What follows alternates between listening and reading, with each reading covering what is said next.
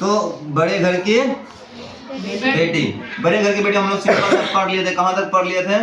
कहाँ तक पढ़ लिए थे कि क्या कहते हैं कि शादी हुआ किसका? बेनी माधव सिंह के बेटे श्रीकंठ का किसके साथ? आनंदी के साथ।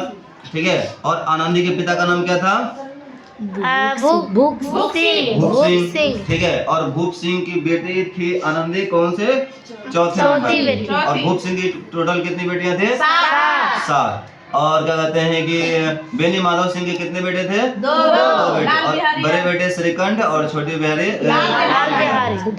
छोटे भाई लाल बिहारी, छोटे बिहारी नहीं। ठीक है, तो श्रीकंठ का शादी हुआ आनंदी के साथ, और आनंदी आई इसके यहाँ, किसके यहाँ? श्रीकंठ के यहाँ। और लाल बिहारी उसको ला के दिया क्या चीज? चिड़िया ला के दिया, बना के दो खाएंगे। और जो आनंदी बड़े घर की बेटी थी वो क्या किया? पूरा घी डाल दिया। हाँ, 1 पाव वाला घी उसमें डाल दिया, और फिर इसी बात पे लड़ाई हुई। तू मैं, ये बोला तू सही, वो बोला तू गलत, ऐसे करके क्या हुआ? बात पहुंची किसके पास? श्रीकंठ के पास। और श्रीकंठ अपने अब्बा के पास जाके कहता है कि सच मानिए अब मेरा इस घर में निवाह नहीं होगा, और गनीमत कीजिए कि अब तक जितना भी हुआ उसको हम सह लिए, और सबसे बड़ी ये है कि लाल बिहारी को अब तक कुछ दंड नहीं दिया मैंने, ये जानिए मेरी गैरत। ऐसा कौन कहता है? श्रीकंठ। उसके आगे देखते हैं। अब बेनी माधव सिंह भी गरमाए। बेनी माधव कौन? श्रीकंठ के अब्बा। हाँ, तो अब बेनी माधव सिंह भी क्या हुए? गरमाए। इसको भी अब गुस्सा उठ गया। कहानी देखो, वहां तक हो गया था, उसको भी अब गुस्सा उठ गया। ऐसी बातें और न सुन सके, बोले लाल बिहारी तुम्हारा भाई है, उससे जब कभी भूल चूक हो उसके कान पकड़ो, लेकिन उसको छोड़ने के बाद क्यों करते हो? ऐसे क्यों करते हो? ठीक है, श्रीकंठ, लाल बिहारी को मैं अब अपना भाई नहीं समझता। फिर श्रीकंठ बोल रहे लाल बिहारी को मैं अपना भाई नहीं समझता। बेनी माधव सिंह, स्त्री के पीछे भाई को भूल जाओगे, ये वो कुछ और बोला होगा, यहाँ लिखा हुआ नहीं है। स्त्री के पीछे श्रीकंठ का जी नहीं, उनकी क्रूरता और अविवेक के कारण, मतलब वो लड़ाई करता है, मारता है, गाली देता है, उसको दिमाग नहीं है, अविवेक है, इसी कारण से अब वो मेरा भाई नहीं है। जबकि बात कहीं और से कहीं और पहुंच गई है, उसको भी नहीं पता है क्या क्या हुआ है। बस वो आंसू देख कर क्या हुआ? पिघल गया है ना। तू लोग भी ऐसे आंसू ला ला करके अपने हस्बैंड को इमोशनल ब्लैकमेल करना है ना? नहीं, क्या बात करती हो? आगे देखो, आगे क्या हुआ? दोनों कुछ देर चुप रहे। दोनों मतलब कौन? श्रीकंठ और बेनी माधव सिंह, उसके अब्बा। दोनों कुछ देर तक चुप रहे। ठाकुर साहब लड़के का क्रोध शांत करना चाहते थे। ठाकुर साहब चाहता था कि लड़का का शांत क्या हो जाए, क्रोध क्या हो जाएगा? शांत हो जाए। लेकिन यह नहीं स्वीकार करना चाहते थे कि लाल बिहारी ने कोई अनुचित काम किया है, और ये भी नहीं मानना चाहता था लाल बिहारी कोई अनुचित काम किया, गलत काम किया। क्या लाल बिहारी गलत काम किया था? नहीं किया था। लेकिन वह अपने बेटे को शांत भी कराना चाहता था। किसको? श्रीकंठ को। इसीलिए इसी बीच इधर ध्यान देना, इसी बीच में गांव के कई और सज्जन हुक्के चिलम के बहाने वहां आ बैठे। इतना तो हो अपने अब्बा से हो ही रहा था। इतने में क्या हुआ? रोको रे, रीटेक हो गया, फिर से चालू हो गया ना? चलो, कहाँ तक हुआ था रे? यहाँ तक। इतने ही देर में क्या हुआ? गांव के कई सज्जन, मतलब कई अच्छे लोग हुक्के चिलम के बहाने वहां आ बैठे। वो लोग बोले हुक्का पियेंगे, चिलम पियेंगे। हुक्का देखियो ना जी, ऐसे रहता है तो लंबा, उसको हाँ उसको ऐसे गुरु गुरु के पीते हैं, और चिलम तो वो तो छोटा वाला वो होता है। ठीक है, वहां आ बैठे। कई स्त्रियां ने जब यह सुना कि श्रीकंठ पत्नी के पीछे पिता से लड़ने को तैयार है, तो उन्हें बड़ा हर्ष हुआ, यानी खुशी हुई। कई औरत इस बात से खुश हुई कि अपने पिता से लड़ रहा है, किस बहाने में? अपने पत्नी के कारण, इसलिए वो बहुत खुश हुई। काहे खुश हुई? कि बल्ले छूटता है। सोच लो कहाँ कहाँ तक दिमाग जाता होगा, क्या क्या होता होगा, सब कुछ नहीं बताएंगे। ठीक है, तो क्यों सब कुछ बताएंगे? कुछ तो अपना दिमाग लगाओ ना। सब बात हम बताएंगे तो कहाँ जाओगी? तो कई स्त्रियों ने जब यह सुना कि श्रीकंठ पत्नी के पीछे पिता से लड़ने को तैयार है, तो उन्हें बड़ा हर्ष हुआ। हर्ष मतलब खुशी, बहुत खुशी हुई। पता नहीं किस बात की खुशी हुई, हम जानते हैं, तो लोग सोचना अपने मन से। दोनों पक्षों की मधुर वाणियां सुनने के लिए उनकी आत्माएं तिल मिलाने लगी। उन औरतों की आत्माएं बहुत तिल मिलाने लगी। अरे जाएंगे, दोनों की बात सुनेंगे, कितना मजा आएगा। उसके अब्बा का भी सुनेंगे, श्रीखंड का भी सुनेंगे, क्या बोलता है, कितना लड़ाई चलता है। इन लोग की आत्मा छटपट कर रहा है कब जाए वहां और उन लोगों की बातें सुने। इसमें तिल मिला रही है कौन? और औरतें सब स्त्रियां सब। उन लोग को सुनने में ऐसे भी मजा आता है ना। तो लोग की आदत है कुछ भी कर लो, लेकिन बात में अगर लग गए ना, उसके बाद कोई आ जाए खाना खाने ले आओ, लात मारे हम अभी बाद में आते हैं, ऐसे करोगे, ठीक है। गांव में कुछ ऐसे कुटिल मनुष्य भी थे जो इस कुल की नीति पूर्वक गति पर मन ही मन जलते थे। यानी गांव में कुछ ऐसे भी लोग थे जो क्या कहते हैं कि इन लोग जो मिल के रहता है, नीति पूर्वक गति में रहता है, वो मन ही मन से जलता था कि अच्छा इतने अच्छे से ये लोग रहता है, मन ही मन जलता था। और आज जब ऐसा हो रहा है तब वो लोग मन ही मन क्या कहते हैं, भल्ले हो रहा है, अच्छा हो रहा है, और बनेगा कहते हैं समझदार, और दूसरे को समझाएगा। अब अपना समझाओ, कैसे समझाओ। ऐसा होता है, मन ही मन जलने वाले बहुत होते हैं, ठीक है। मन ही मन जलते थे। वे कहा करते थे श्रीकंठ अपने बाप से दबता है। वो कहता था श्रीकंठ अपने बाप से डरता है, दबता है, दब के रहता है, इसलिए वह दब्बू है। इसलिए वो क्या है? दब्बू है, नहीं डरपोक है, डर डर के रहता है। दब्बू दब्बू मतलब दब के रहने वाला। देने वाला कहाँ से? ऊपर से। पानी दे देते, यहाँ से पकड़ना है। इससे समझो ना, कोई मांगने आता है कुछ भी, किसके पास आता है? बड़े लोग के पास कि छोटे लोग के पास? बड़े लोग के पास। देने वाला का हाथ कहाँ होना चाहिए? ऊपर। और जो ले रहे हैं वो कहाँ? नीचे। और यहाँ से नहीं लेना है, हालांकि दोनों तो मेरे ही हाथ है, दोनों उसमें चलेगा। लेकिन हम लोग इस्लाम में है कि क्या कुछ भी पकड़ते हैं तो दाहिने हाथ से, और देते भी है तो दाहिने हाथ से, ठीक है। और यूं टाइप पकड़ के कभी मत देना, ठीक है, क्योंकि जानते हैं ऐसे पकड़ के कहाँ जाते हैं, क्या जाते हैं। सोच लो, याद रखा करो, ठीक है। तो ये ऐसा होता है, लेकिन कुछ खाए नहीं है सुबह से। तो सुबह बात ना करो। हम है कि लास्ट जो हाईएस्ट पिए है 21 गिलास तक पिए हैं एक दिन में, एक बैठक में बैठ के 21 गिलास। हाँ, नुज़हत मैडम है, वो शुक्राना ये लोग थे, पानी पिला के चले गई। वो लोग शर्त लगा लेते, हम बोले ठीक है पिलाओ जितना पिलाना है। तो कितना गिलास? 10 गिलास शायद पिला के चले गई। उसके बाद गर्मी का सीजन था, उसके बाद क्या किए, 2-3 मिनट के बाद शरबत लेके आ गए, ठीक है। जिसके चक्कर में क्या हुआ, कोई दिक्कत नहीं, शरबत लेके आए ना, फिर उसमें 10-11 गिलास पिला, तो 21 गिलास बंद किए। अब बंद कर लो, अब बंद करो। देखो रहमान देख ले कहाँ तक हुआ है। तो इसलिए क्या कहते हैं, श्रीकंठ अपने बाप से दबता है, और इसलिए वह क्या है, दब्बू है, मतलब डर के रहने वाला बंदा है वो। उसने विद्या पढ़ी। उसने मतलब किसने? उसने मतलब किसने? श्रीकंठ ने क्या पढ़ी है? विद्या पढ़ी। इसलिए वह किताबों का कीड़ा है। इसलिए वो क्या है? किताबों का कीड़ा। जो ज्यादा पढ़ता है ना उसको क्या बोलते हैं? किताबी कीड़ा बोलते हैं। कि किताब पढ़ते रहता है ना, किताबी कीड़ा है, कोई काम नहीं कर पाएगा, खाली पढ़ते रहता है, किताबी कीड़ा।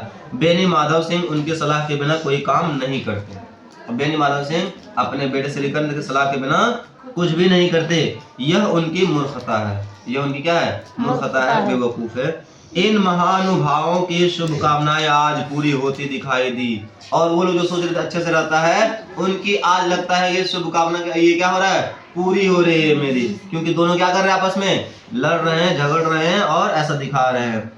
कोई हुक्का पीने के बहाने और कोई लगान की रसीद दिखाने आकर बैठ गया। कोई हुक्का पीने के बहाने आता है, कोई रसीद दिखाने के लिए, हाँ, सुनने के चक्कर में वो लोग आकर वहाँ बैठ रहा है। कहाँ पर? जहाँ वो दोनों बात कर रहा है, बोल रहा है कि नहीं रहेंगे, वहाँ पर आकर वो लोग, ऐसा होता भी है। झगड़ा होता ना, तब वो लोग कोई न कोई बहाने से, और सब मर्द लोग आगे कहता है, तब हम तो आ रहा झगड़ा सुनने के लिए, अब बहाना कोई और लगाएगा, ठीक है। या तो कहेगा कि ये कोई सामान मांगने आ जाएगा, कुदाल है, या कुछ और कहने आ जाएगा, जबकि उसको उस चीज की उस समय जरूरत नहीं होती है। खाली सुनने के चक्कर में वो आ जाता है। हाँ, खाली सुनने के चक्कर में बहाना से वो आ जाता है। तो आकर बैठ गए। बेनी माधव सिंह पुराने आदमी थे। बेनी माधव सिंह अब्बा था तो वो पुराने आदमी थे वो, ठीक है। इन भावों को ताड़ गए और समझ गया कि ये लोग काहे आकर के बैठा हुआ है। भावों को क्या किए? ताड़ गए। उन्होंने निश्चय किया चाहे कुछ कुछ ही क्यों ना हो इन द्रोहियों को ताली बजाने का अवसर ना दूंगा। मतलब ऐसे कोई बात नहीं कहेंगे, इन लोग को क्या है, ताली बजाने का मौका मिले या खुश होने का मौका मिले, इन लोग को ठीक है ना दूंगा। तुरंत कोमल शब्दों में बोला, तुरंत कोमल शब्दों में, बाप तुरंत क्या क्या कोमल शब्दों में अच्छे अच्छे अल्फाज से बोला। क्या बोला? बेटा मैं तुझसे बाहर नहीं हूँ, यानी जैसे तू हो वैसे मैं भी हूँ, मैं तुझसे बाहर नहीं हूँ, तुम्हारा जो जी चाहे करो, अब तो लड़के से अपराध हो गया है। अब बाप भी बोले कोई बात नहीं, मैं तो तुमसे अलग नहीं हूँ, तुम्हारा जो जी चाहे करो, मैं तुमसे बाहर नहीं हूँ। बाप ऐसा इसलिए बोला क्योंकि वो लोग आके जो बैठे ना, बाप बोला कि ऐसा बोलेंगे तो हो सकता है कि ये लोग ताली बजाएगा नहीं, ये लोग को कुछ नहीं होगा, झगड़ा वगड़ा नहीं हुआ है, इसलिए ऐसा बोल के छोड़ दिया, रहने तो बंद कर देते, छोड़ा था। तो यहाँ तक हो गया है, कहाँ तक? तुम्हारा जो जी चाहे करो, अब लड़के से अपराध हो गई, मतलब क्या कहते हैं उसे, हो गया अपराध, तो अब क्या करे, तुम्हारा जो जी चाहे करो। कौन बोला ये बात? बेनी माधव, मतलब ये श्रीकंठ के पिताजी है ना। इलाहाबाद का अनुभव रहित झल्लाया हुआ ग्रेजुएट इस बात को न समझ सका। मतलब वो जो ग्रेजुएट था, मतलब बीए किया हुआ था, उसको ये बात समझ नहीं आया क्या बोले अब बोलिए, उसको समझ नहीं आया फिर भी, ठीक है। उसे डिबेटिंग क्लब में अपनी हार पर अकड़ने की आदत थी, कि हार जाएंगे अकड़ते थे, लेकिन इन हथकंडों की उसे क्या खबर थी, मतलब उसको क्या पता था कि अब क्यों बोल रहे हैं ऐसा, ठीक है, उसको पता ही नहीं था। किसको? श्रीकंठ को, ठीक है। बाप ने जिस मतलब से बात पलटी थी वह उसकी समझ में ना आई। बाप तो बात पलटा था काहे के लिए, ताकि गाँव वाला मजा ना ले पाए, ठीक है, लेकिन वह इस बात को उसको समझ में नहीं आई। बोला लाल बिहारी के साथ अब इस घर में नहीं रह सकता। कौन बोल दिया? श्रीकंठ। बेनी माधव, बेटा तुम बुद्धिमान लोग मूर्खों की बात पर ध्यान नहीं देते। बेनी माधव उसको बता रहा है, वह बेसमझ लड़का है, उससे जो कुछ भूल हुई उसे तुम बड़े होकर क्षमा करो, मतलब क्षमा कर दो, बड़े होकर तो बड़े बन जाओ।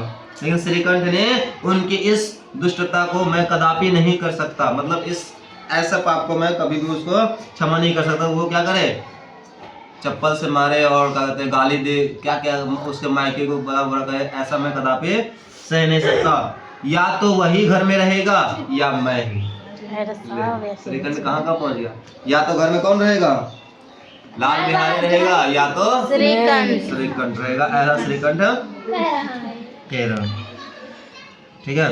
या तो घर में वो रहेगा या तो मैं अपना भार, आपको यदि वह अधिक प्यारा है तो मुझे विदा कीजिए, मैं अपना भार संभाल लूंगा। अगर वो आपको प्यारा है तो हमको विदा कीजिए, हमको घर में मत रखिए, मैं अपना भार खुद उठा लूंगा।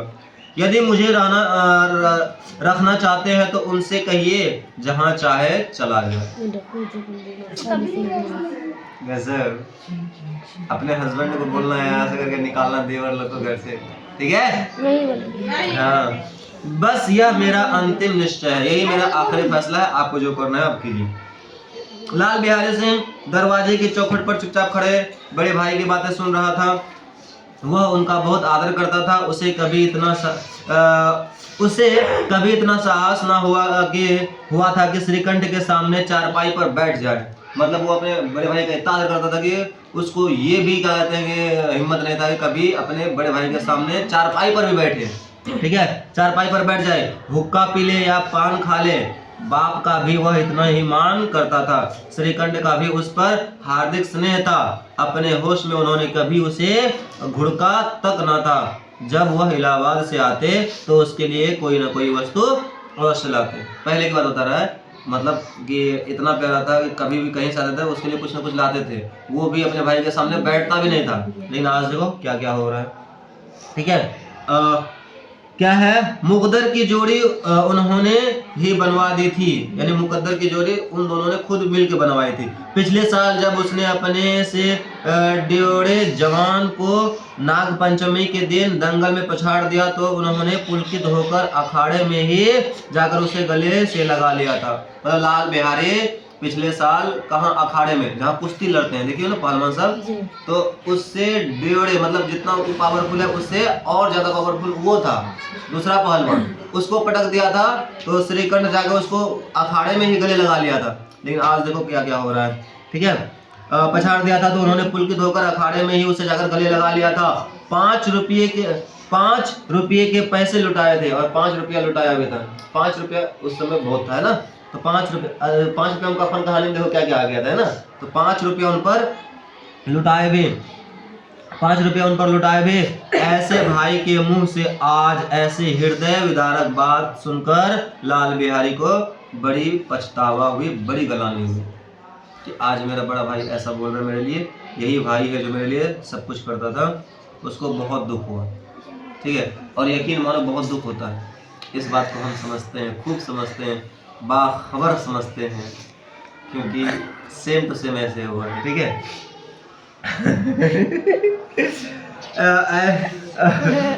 वह फूट फूट कर रोने लगा। इसमें संदेह नहीं कि अपने किए पर वह पछता रहा था।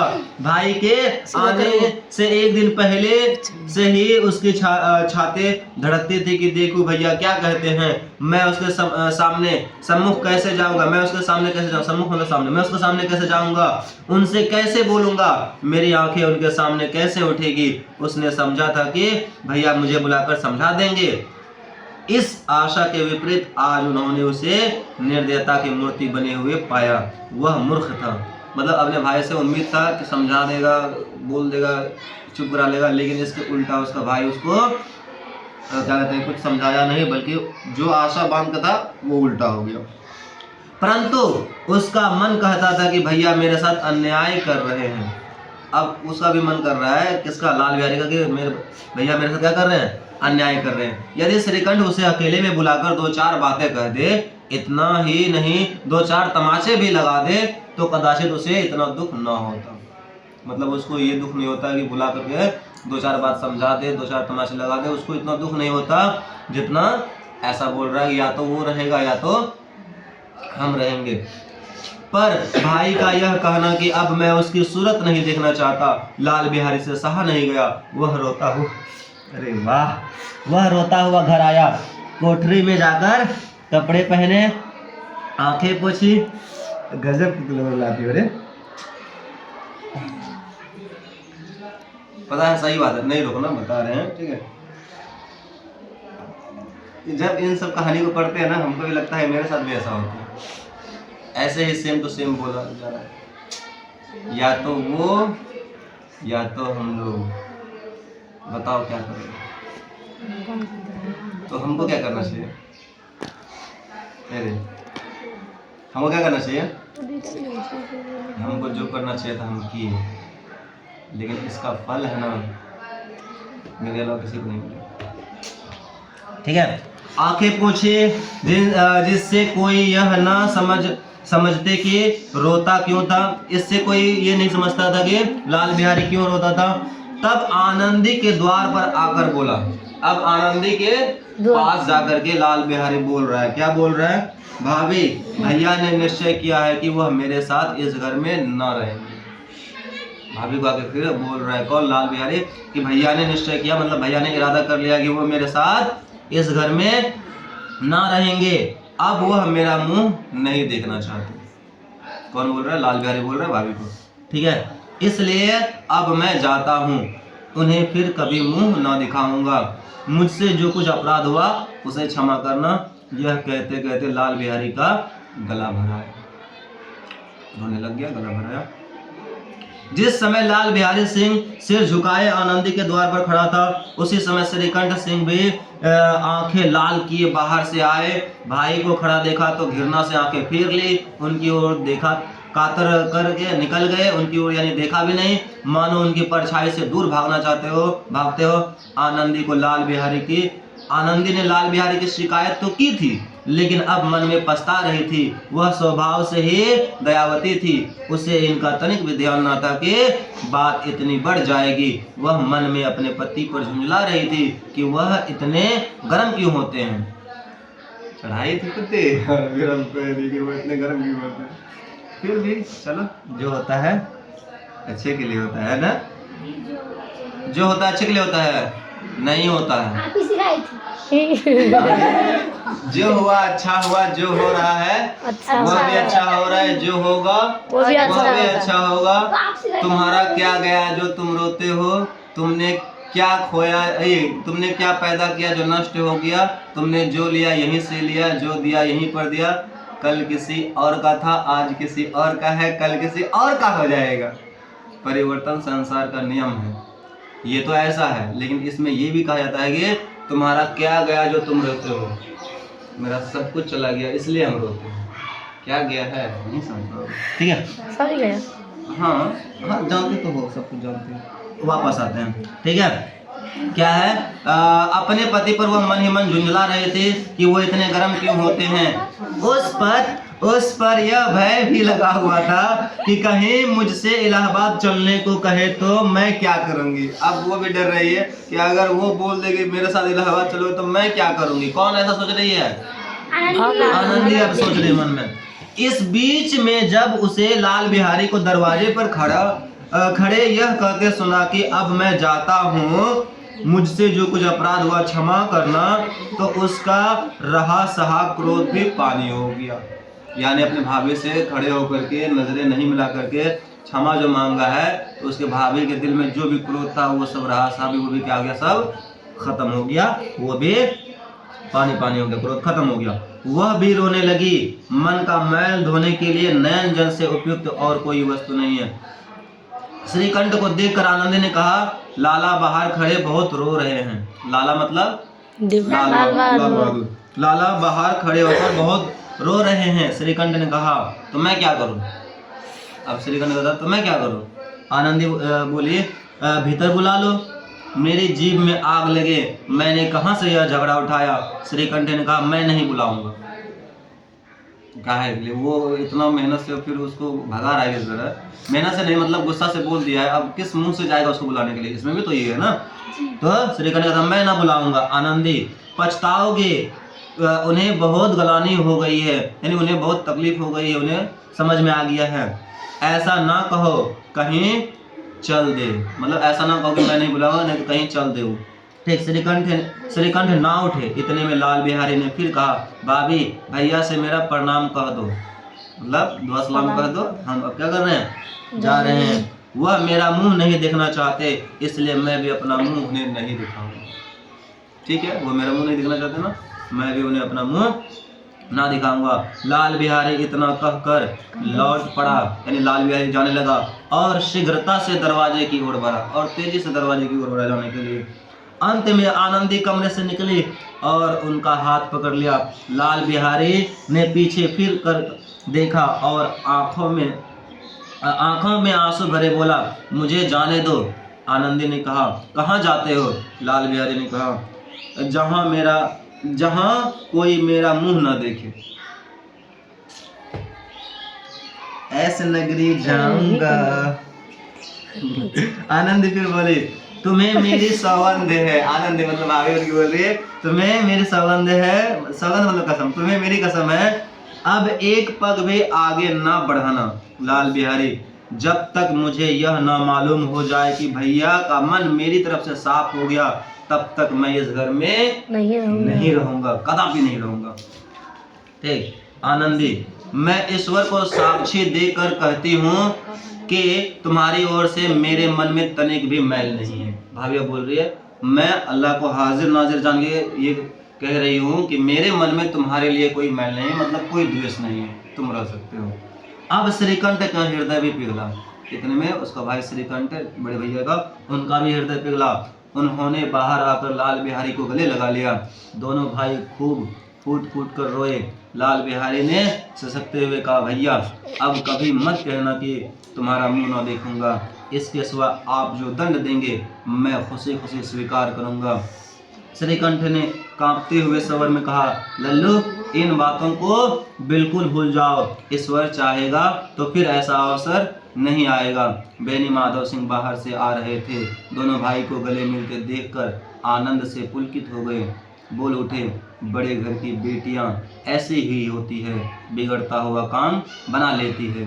गांव में जिसने यह कथा, यह कहानी, यह वृत्तांत सुना, उसी ने इन शब्दों में आनंदी का उदारता को सराहा। बड़े घर की बेटियां होती ही ऐसी है, बिगड़े काम बना लेती है। लेकिन छोड़ो, हटा, नहीं सब नहीं सुनाएंगे, कट, हटा।